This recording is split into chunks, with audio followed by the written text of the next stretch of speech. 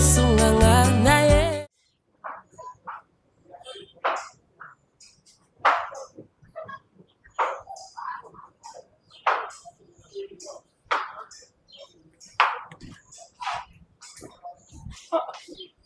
Ok.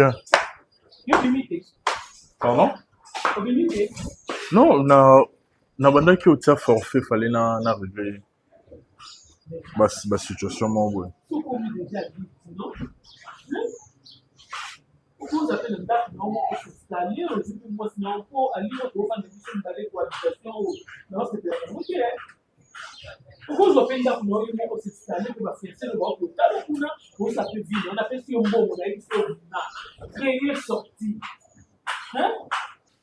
Maman, qu'est-ce que tu veux dire par là?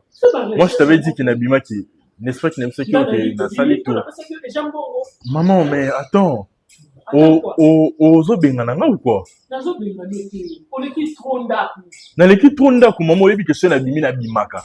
So na zape na ndaku na za ndaku.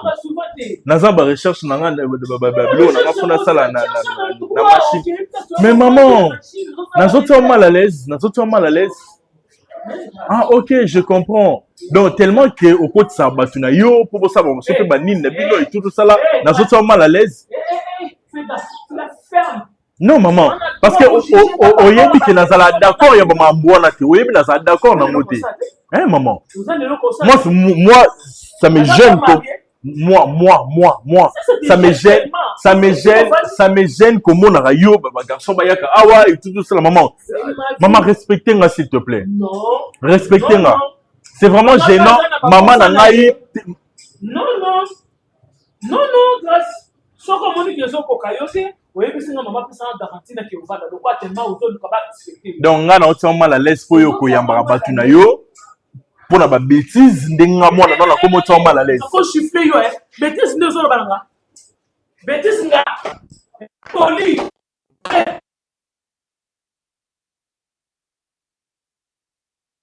Mono.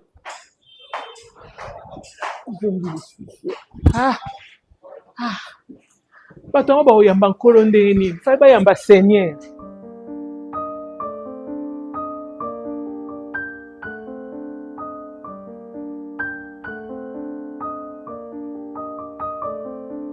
oza petite nanga oza copine nanga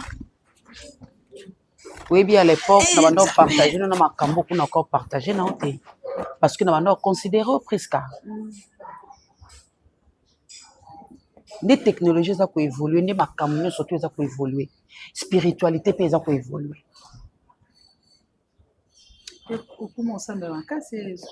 mais si ko so moninga na za boy na za l'aise na kimia boy za spiritualité prière prière ka ya dimanche te ya mercredi te nga na koma okepe na ba prière na nga individuelle nakuta pena na père nanga na sololi na ebisi de tout sauf de rien ya l'accent ta père ngo ya papa na ke ya na kenda kata kuna amuna pe ba problème nanga leki no souffrir est-ce qu'on a oui kasomoni te na elambi komi ya kati kuma ni banda donc souffrance ezola kisa boye ebisi ofesa nga jour priska nanga toza nango omona biso toza nango to na bénédiction na biso to lala nango to tambola nango esengaka ba boostango na losambo ya soka ba booster ba peso ba prière makasi okoti na ba service makasi ba sacrifice makasi omona pe mukile kamwe nga ba kamwanga mais ba interpréter je m'en fous hein parce que moi je fais ma vie hein oyebi na swana ki jour wana na kutena bango skola akoma mystique ngabi bino bokuka komona mpe évoluer te na vie bokomaka bakanganga utaki boya komi boy o skola koma mystique ngo chaya wana na bimela ba ona butu bandoki tika osa raison de okabela bango te ngalo baki okabela bino ndeni po boza wana oyo osenga mutu so apesi mukomotika eko ngana pesa te yo po pesa te on nettoie les ouvriers makasi okovona te mutu moko amemona ba distraction mo inutile non et na batu musu baleka tant na bango bénédiction tana yango yo makoki ko saisir yango te aza distrait yes ko nga na otika te ndo lobi boy aza distrait na kola la pe appuyer on lobi Si comme on y place non non mais on n'est pas perdu. Mais nga non mais et pas encadré spirituel nanga. OK. Oaza maman. Aza vraiment maman. Maman bobo te pas linga makele te. Ya linga kimia lo baloko amu pepe a lo baloko azo fula. Ya zala bon. Donc ya zala so avokutana na ye abaskola vo memilanga moto. Azala zala ne clair. Ko bombele eloko te. Et puis azala d'accord. Poisson na memi okuna eko komi kuno boyi ba service mususu en tout cas peno moni ke nga esala nga biete. Nga na olinga te ba frapper nga. Au moins déjà so da ovanda na mbongo message na mbongo na kokozonga na vie wana te Priska. Nzambe yana bukana tu yebiti. So kende kaka nde yo mondo bike mama spiritual wana encadre biso ti na makambe pe malembe to bomata na baludo sambo kaka to bakisi so pe busala ni ngo pesa ngana sala to chena prière liboso esili ko gene nyonso ya mwana Oza prête? Place na moni ke lobiko na ngene mona na ngana vanda naza prête à 100%. Priska que to kufa na biso. Est-ce que ebi que to kufa? Oh yes ko la libanga na mokilo azali. Osa lisumu te to kufa. Nze ese ko mama na Bible elo nyonso zana ebandeli na suka na ngande na yo boya suko yanga mais avant to kufa futo sans nini. To vivre. To vivre. Parce que auto ko vivre na lo les ya lola. Oya awe ko lata auto lata awa. Ko lia to lela aba bi kuna mwasi ya oyeba na te mobala ko yeba na te. Bisengo na bisengo siko awa tozana pasi to na bisengo. Alors biso photo vivre bisengo na mabele ti to kene nango kuna to continuer nango.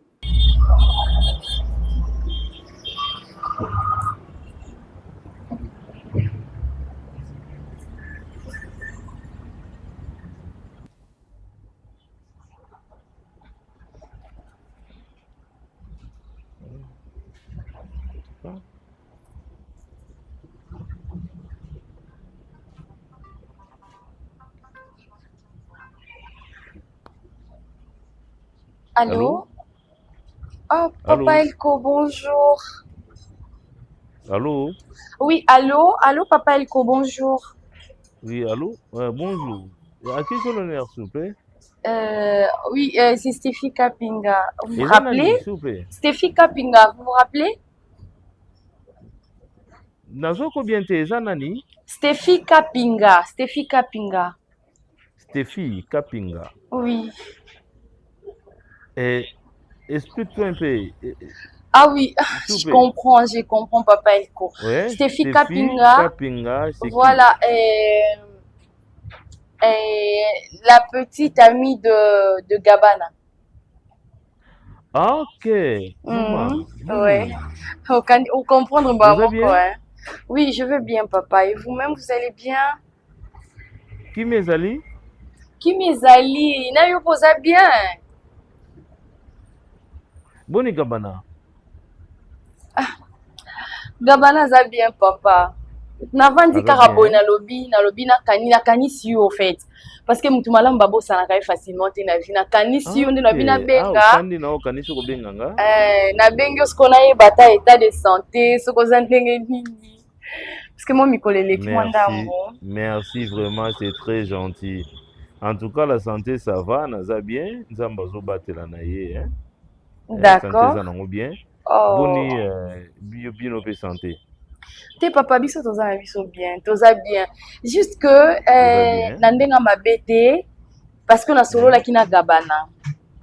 Na solo la ina Gabana na explica qui est mamnion en fait. Mais ce qu'on nandenga mabete nenga na yeba adresse na yo exact. Adresse na yo comme ça ngana Gabana to ya ta hotel au papa to pesa merci pour na $500 ano pesa iso na niveau na biso zambonge belé makasi. Donc tellement il y a tout ça ta merci de vivre tellement pesa biso Gabana zala kité. Oui. Adresse tanga. Oui. Oui. Ngala zana Lemba, je suis à Salongo.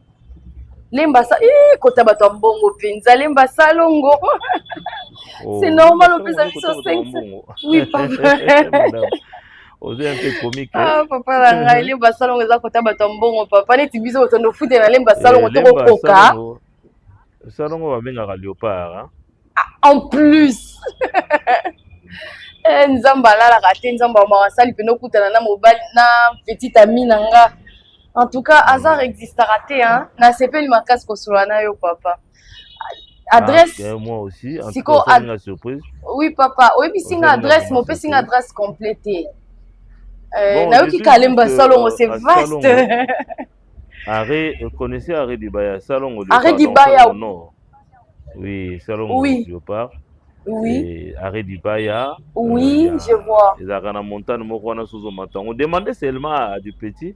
Na tuna ka Vietnam mo bat ba olataka na final na ba téléphone boye. Olataka mokolo. Olataka na olata te. Olataka. Nzambo yo zonga boye komi yo batuna ba koti ya baninga balataka Vietnam na lola te. Ezalaka te. Baninga balati kabelo ti end Vietnam esali succès. Vietnam na lati mikolo e end ezoya chance ezana ndamba tindelinga ya school wana ndina olata na oyoka baposa na olata ozalesi siko problème eza awa place normalement toza trop spirituel esengaka mpe basacrifice. Oyebi que dans l'Ancien Testament ezalaki basacrifice bando sacrifier banyama meme oui baotangisa makila non biso mpe to banotangisa makila ya sacrifice neti bina ba ouais ya ba prière oui to banotangisa makila basacrifice mosusu ezali basacrifice mosusu ezali bato baza ko empêcher yo bato moni que baza ko empêcher o okoma na objectif na yo kwa o simba bozuna okope ko écarter bango rien que na prière nzambe pena kitia longoli bango tanga o longola bango o tsango na o tsa bango na compte na yo siko makamno a esa nini bata oza prête ya naza prête ngana ndima na nga ngana ndima presque na ndima na nga parce que na mona que après awa vie musu ezate parce que to vivre na biso o to yoka kana eza masapo mais est-ce que là ndé pozo le likambo na moni lo mabete eza kisi te nde ezaka o kisi te ezaka prière kisi ezala ata kasi dibo solo eza na lo sambo na boela ni to kende kana na sambela na eba nzamba ko pa guider nga pe na swata moi ko conseil na zo pesa nyonso eza na volonté soko tie volonté o nyonso bakosenga yo opesa ngo ok ko décevoir nga te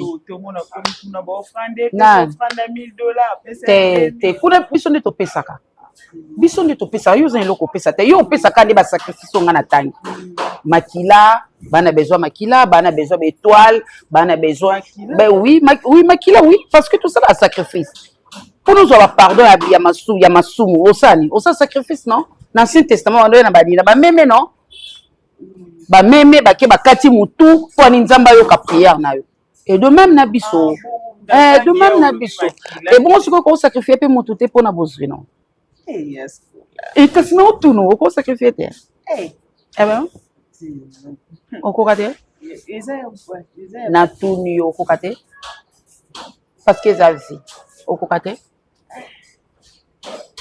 to vivaka une fois dans la vie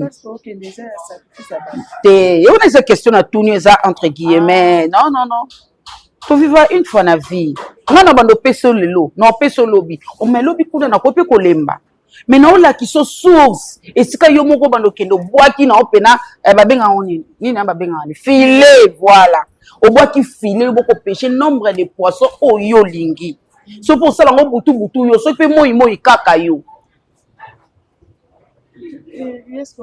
ouais obanga ni non préparer au kaka na oye biso pona boyi na o maskolo yebisaki ngate ya skolo yebisaki ngate scolastique yebisaki ngate non na ozano clair nani lo na obomba te so po moni ko comprendre te poser la question en répondant siko bino boningo yoka koma makila te pourquoi mais siko ezalaka soki na mwana oyo koki date ne koki makila ngo ebimi to komi namoni te namoni lokola komi na arrête mais so batengi koma makila bobangelaka nini bateau bazaza wana que vous allez trouver bayebinga très bien. En plus oyebani sou papa na ngai. Nzamba salo. Très bien. Je suis vraiment connu. soko tuni kaka bako indiqué bango moko kutu bakoluka attaque baoyebi biso kende kende boye biso moto ketika yo. Waouh. Oh, ils ont Libaku, mobile. Libaku, petit ami, nanga abetina. Libaku, camarade, nanga abetina. Zel, na miliki. Camarade, nanga gabana, beti, pele Libaku, la miliki. Oui, c'est comme ça. Hein. Quand vous êtes dans une relation amoureuse, il faut obengaye ami, obengaye camarade, obengaye tout. Donc, c'est ça. Merci beaucoup. Ouais. Pour laquelle Robert Penda c'est un petit ounga ko s'attacher na ye. Et puis esprit nanga eziti nanga que non faut na salanina aider na fina. Ah d'accord. Obilemba salongo. Personne omoni ba te kolekisa bongo boye. Donc olobi lemba salongo à lemba salongo côté à Lyon.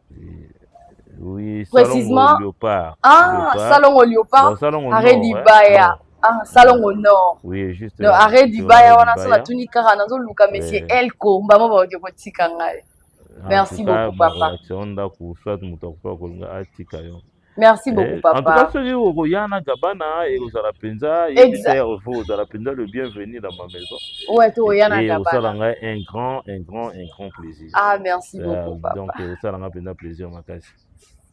Merci beaucoup, papa. Non, il y a un gabana. En tout cas, madame, je suis très ravi de repenser Nanga, Kobenganga, Koyebeta de santé. En tout cas, c'est une bonne chose.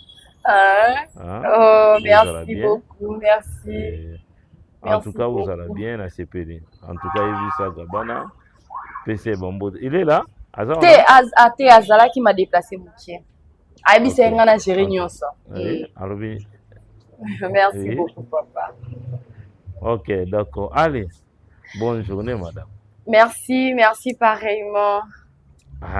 Et une chose, ouais? Moko, dans votre projet de mariage, je vais vous soutenir à 100%. Dans votre projet de mariage?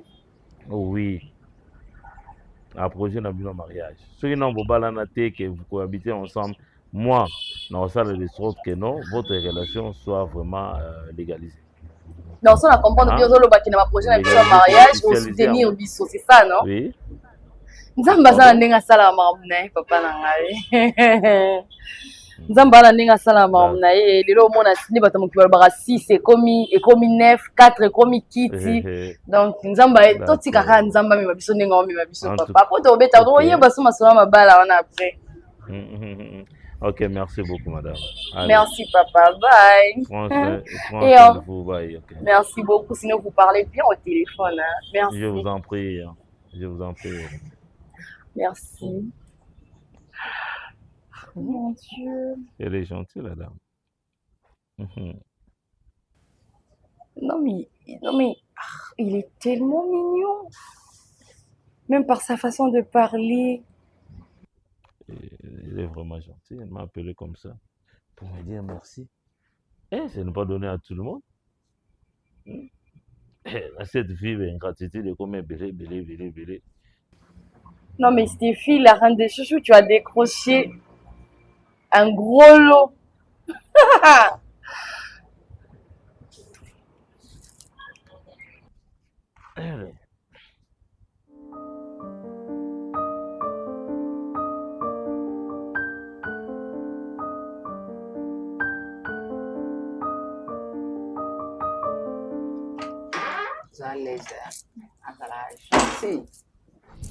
Hey, maman de moi.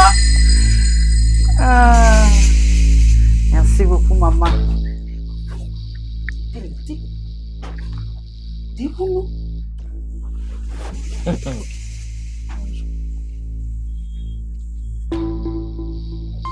Je la connais. Ah bon? Vanda. Oui, ben, maman déjà. Vanda. Mais mon assoula qui a téléphone, ça y est. Oh, bien, t'es. Comme moi, moi qui me quitte, moi, oui, ben, anglais. Parce que la petite nana a longue date. Donc, ton penana est l'autre côté Simba. On doit nous bouger la maille. Ah, ben, on bouge là, hein? Oui. aza mpenza kaka nde olobi ye fo abundelo oyo asalanga spectacle amena sanga ya makasi abunda na nga presque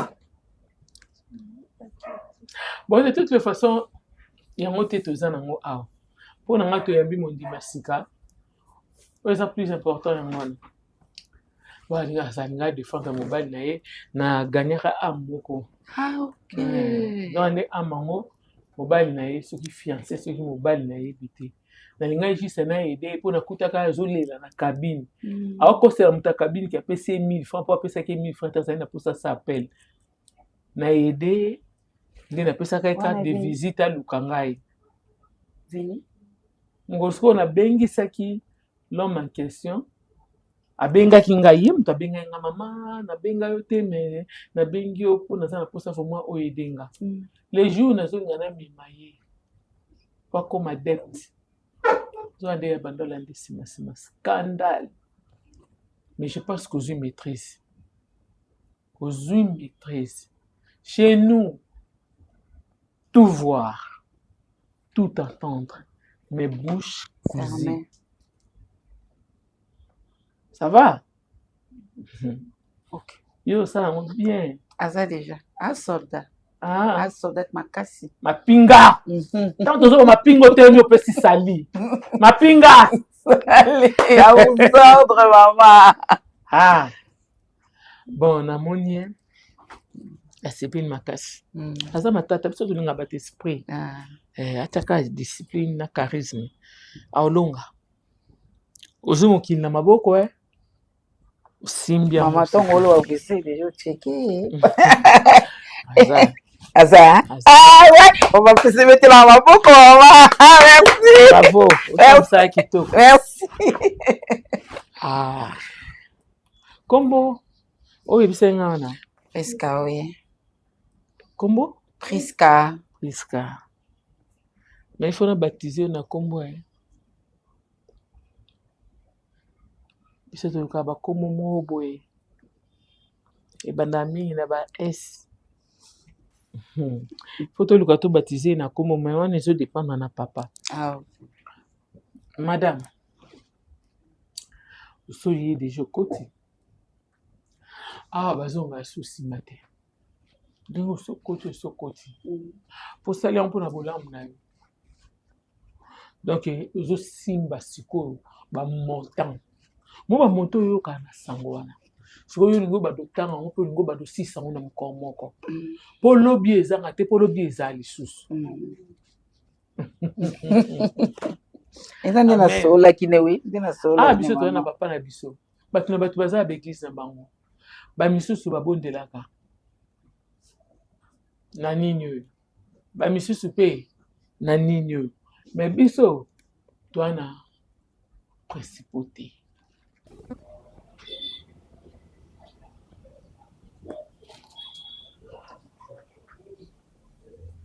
oui allô oui mais j'attendais à ce que vous rappelez vous n'avez pas rappelé pourquoi vous retrouvez en côté c'est comment ça mais il faut vous retrouver en haut. C'est un document important, il faut vous retrouver en haut. Parce que demain, entre demain ou après-demain, ne va pas que côté en haut.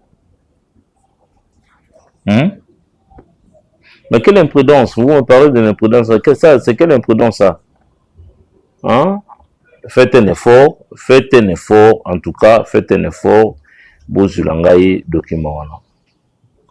Faites un effort, vous retrouvez le document, j'en ai besoin. J'en ai vraiment, vraiment besoin, j'insiste. Alors, l'obispo et je vais trouver ça sur ma table. Je vais trouver ça sur ma table. Oui, entrez. Oui, je vais trouver ça sur ma table. Ok.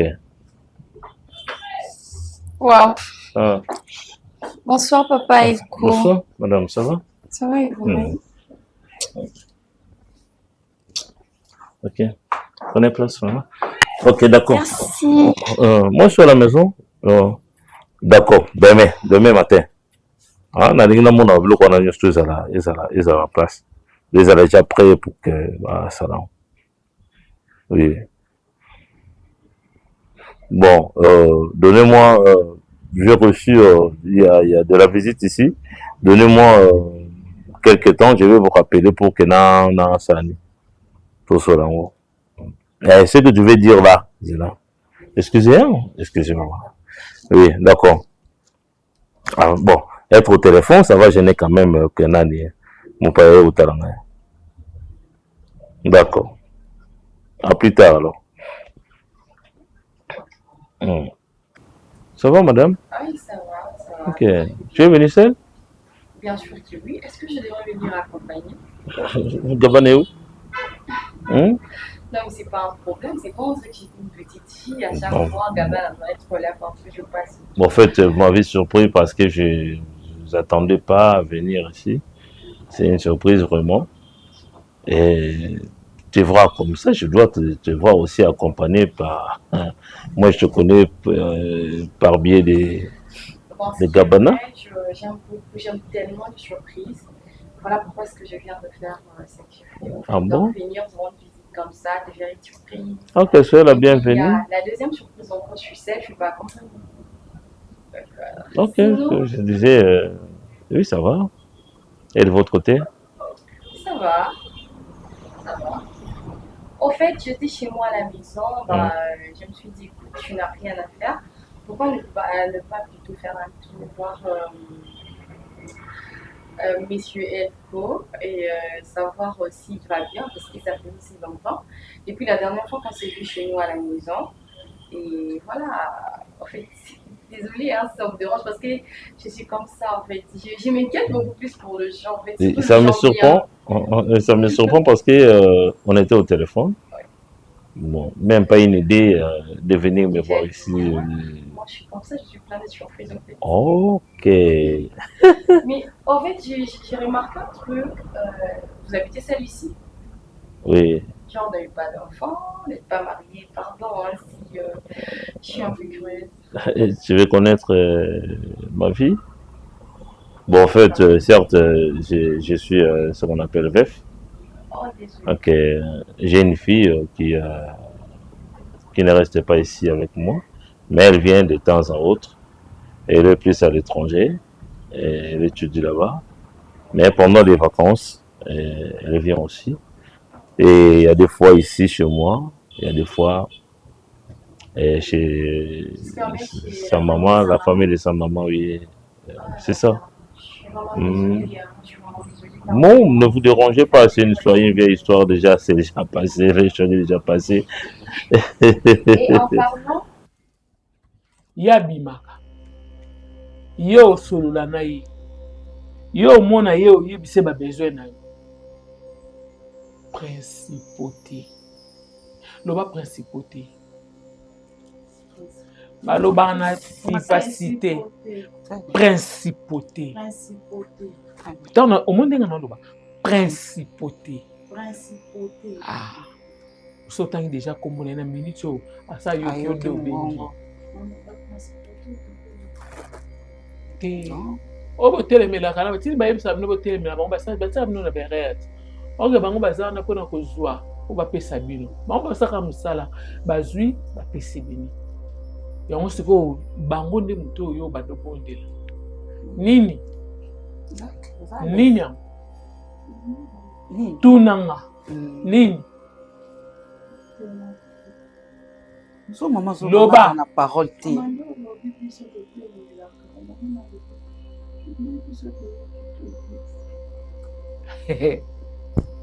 kasi moto azokonduire kiti ye modératrice nga nde moto na omemi papapa nga so napesi ordre nde ke papapa me nga mosimaka na loboko fungola misu yo mpe aolingosa nini kombana nini olingo ntango batangaka principauté tia boye makasi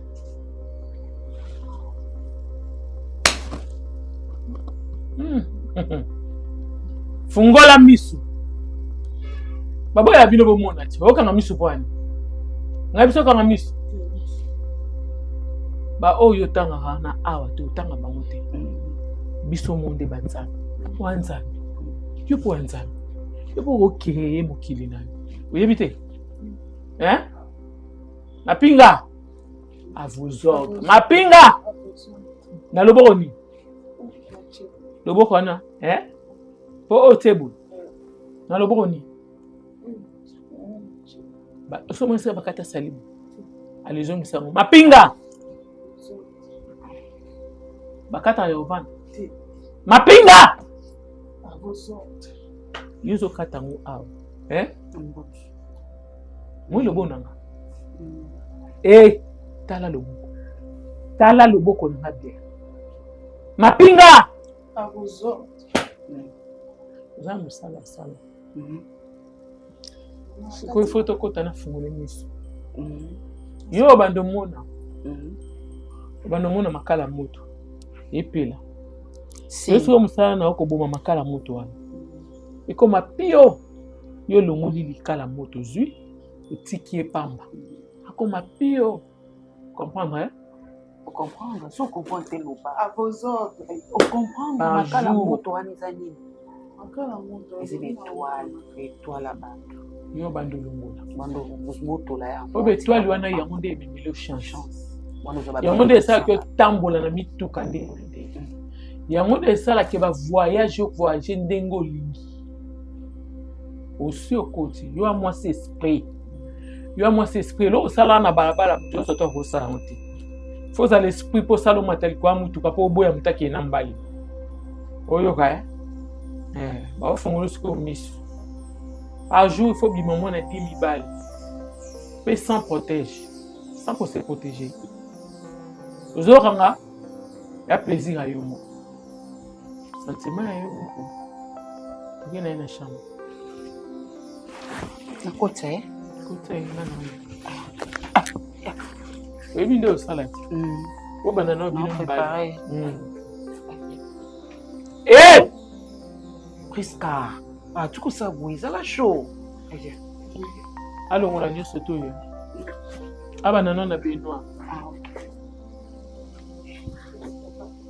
tokota eza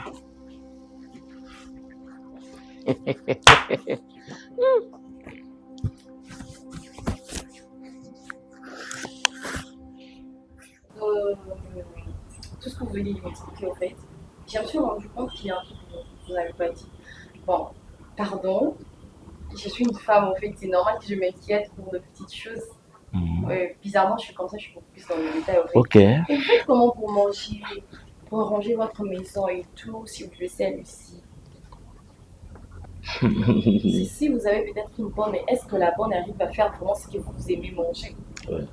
Sérieux? Ouais. Parce que, mais j'ai une bonne ici, c'est elle qui fait tout. Hein? C'est pas par habitude que vous mangez. Il y a des fois, je mange au resto.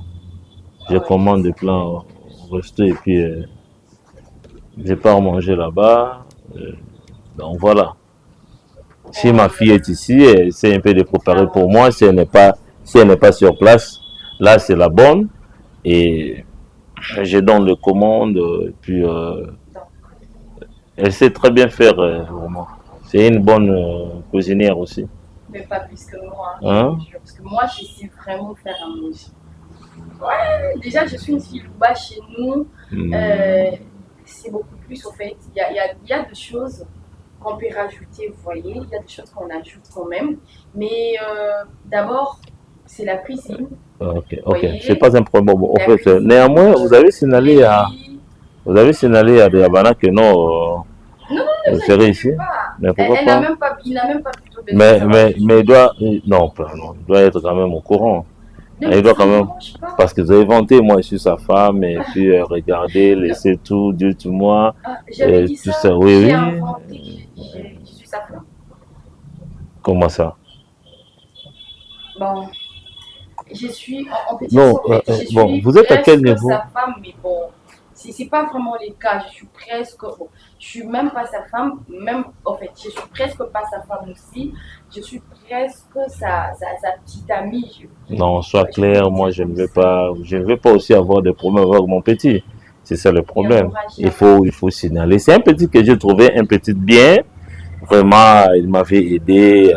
Il est très généreux. En tout cas, je l'ai porté dans mon cœur vraiment.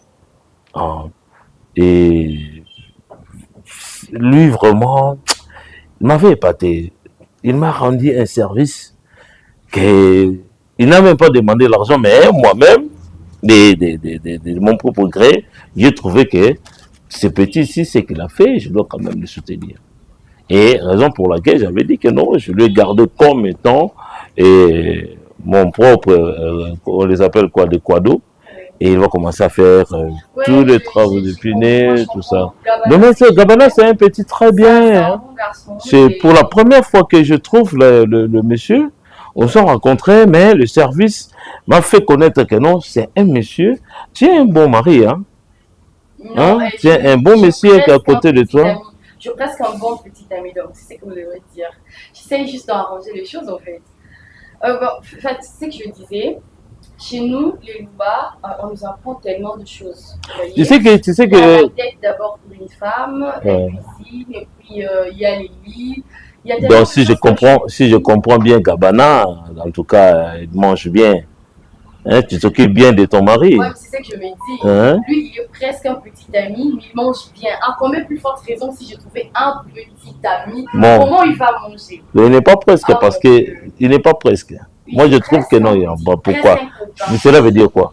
Genre, quand vous parlez de presque... Voilà, genre, il n'est pas vraiment un... En fait, il n'a pas tous les amis. Mais vous vivez... Copain, raison pour laquelle il est presque un copain. Voilà. Non, mais je peux jeter un coup d'œil dans la cuisine. Est-ce que... Non, mais je ne sais pas. Hein. Si seulement vous me donnez la permission, parce que je pensais faire un truc rapidement pour vous, comme ça vous allez manger. Il est presque 12 h et vous êtes là. Si vous me laissez seulement 45 minutes, je ferai un truc rapide. Et j'en suis persuadée que vous allez aimer. La cuisine, c'est par là ou par là? Par ici ou par là? Madame...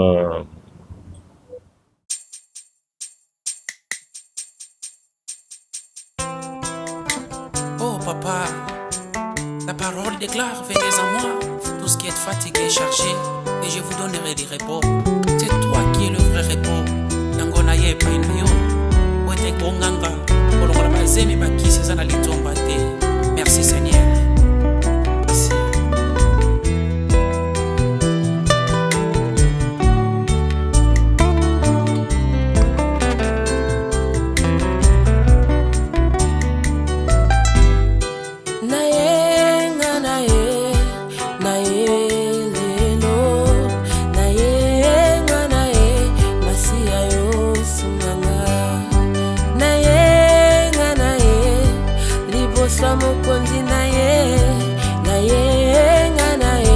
Masia yo sunganga naye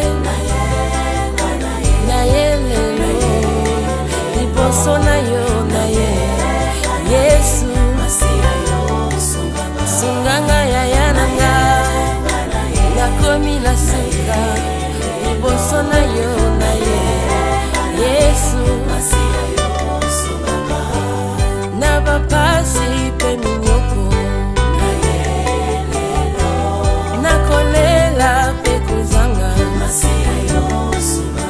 Yahweh na ba jeune na ba prière na kotuka pe kofinga yangonga na ye lelo na ye koluka yo Yesu memanga likolo nakomi na suka na ye liboso na yo Yesu ataba ngomba eleki makasi moko daka epai na Yesu atika lolenga yaki kobanga te tya eleki ya ekosimba ata bazoseka yo. Alleluya. olobi na banga te o na epa na yo mosungu